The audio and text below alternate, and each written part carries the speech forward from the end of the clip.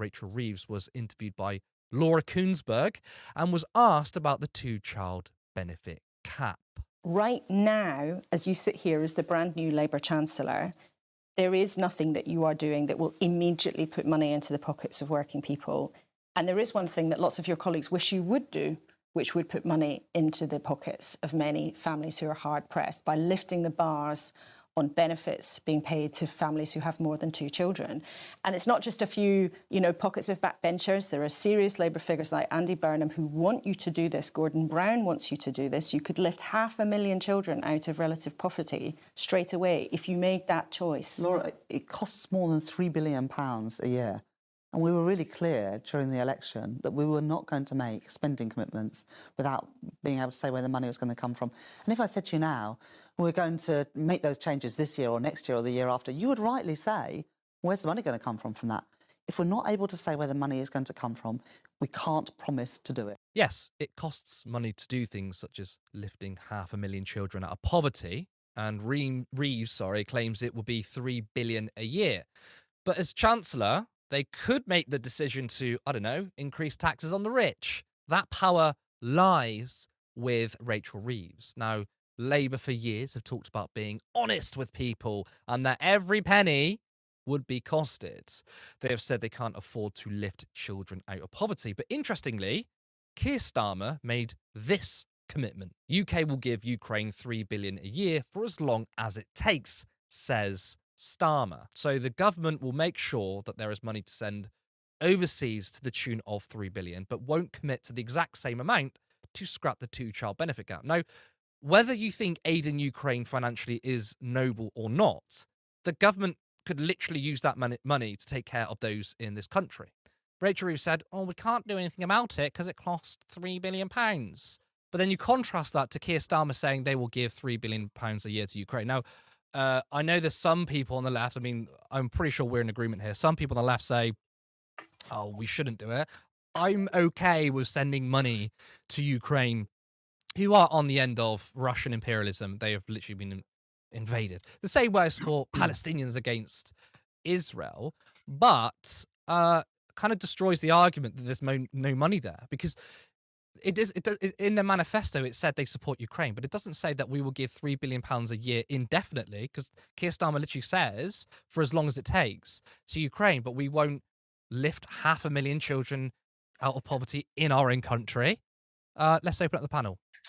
I'm just hoping still, and I'm probably extremely naive for hoping so, and you're going to say that I'm giving the Labour Party too much credit. I am just hoping to God that they have something up their sleeve on this that they're going to pull out when the budget comes around in the autumn, because everyone was saying, recently, we've got the King's Speech coming up, and loads of Labour MPs are sort of giving like a wink and a nudge about, the two-child benefit gap, keep your eye out, and it wasn't there. And there's been a lot of optimism and a lot of talk about, they said they weren't going to do it and they didn't want to bring it in the campaign because they didn't want to put other voters off. But it's Labour, of course they're going to do it. They haven't done it. They haven't announced it. And I can only hope that this is going to be one of those things where they're waiting for the autumn budget, for the autumn statement, where they can come out and they can say, you know what, we found the money and we're going to do it. And I've got a horrible feeling that even that isn't going to happen. I just don't know what I just don't get it. I just do not get it. They have got an opportunity to lift so many children out of poverty that can be funded. Other parties had it in their manifestos and had costings for it. We know that we can afford it. And I cannot understand why they won't do it. So if they haven't got something else up their sleeve, or if they're not going to pull out a big surprise in the budget come the autumn, then I'm even more in shock and confused by what the Labour Party has become than I was up until this point. Because if they can't act on something that will provably bring children out of poverty, then who the fuck are they representing?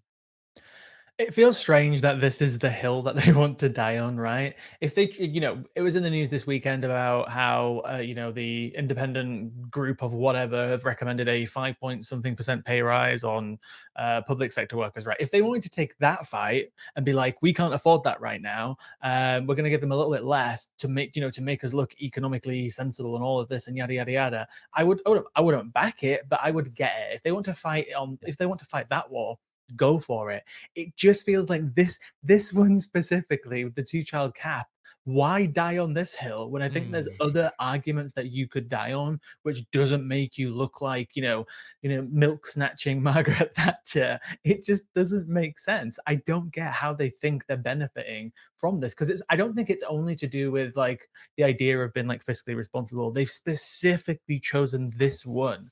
They've sat around a table, they've planned this out, and they've said this is the one that we're going to choose to make us look fiscally responsible. I just don't get why. Well, I mean, they don't. But So they've kind of they've tied themselves or painted themselves in the corner. I'm getting my fucking analogies wrong here, right?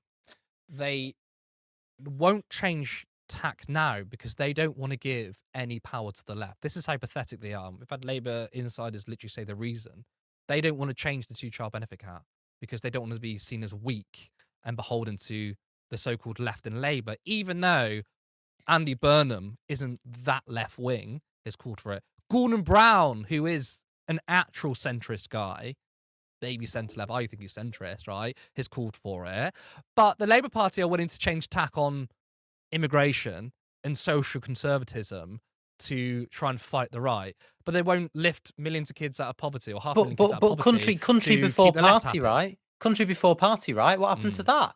That Downing Street statement only 2 weeks ago.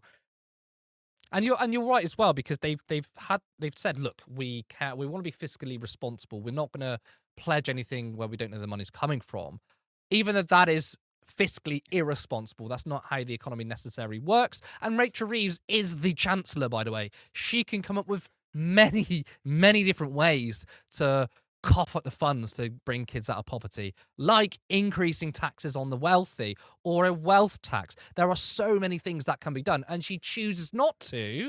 But even on their own rhetoric, they say, we can't find the money.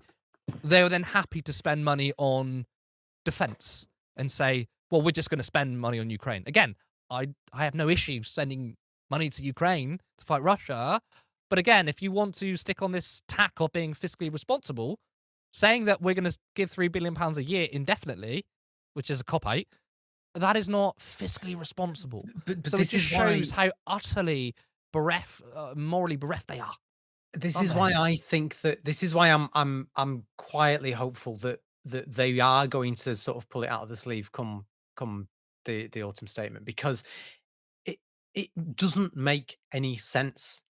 There is no. They can talk about fiscal responsibility, but then, like you say, like they've found money for Ukraine, right? And again, I wouldn't necessarily agree with it, but they could easily make the argument and say, well, unfortunately, we're going to have to cut some of the money that we send abroad because we need to lift children out of poverty in our own country. Surely that is as good a reason as any to cut foreign aid. And I don't want to cut foreign aid at all. I think we need to be spending more to help other people in need.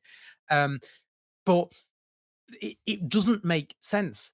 So surely they're going to U-turn on this. Like, how can they not? History tells us that'll be true.